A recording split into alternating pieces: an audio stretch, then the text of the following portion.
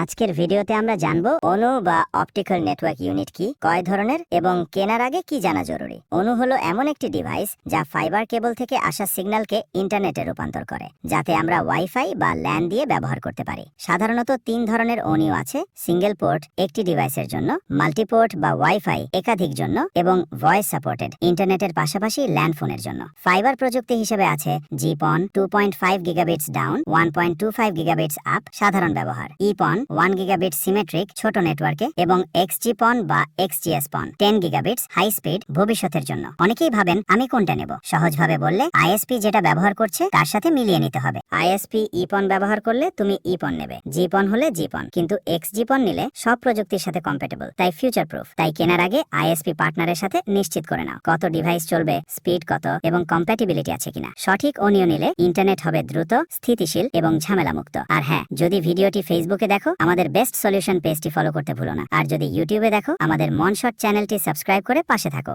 ভিডিওটি ভালো লাগলে লাইক দাও। আর ধন্যবাদ।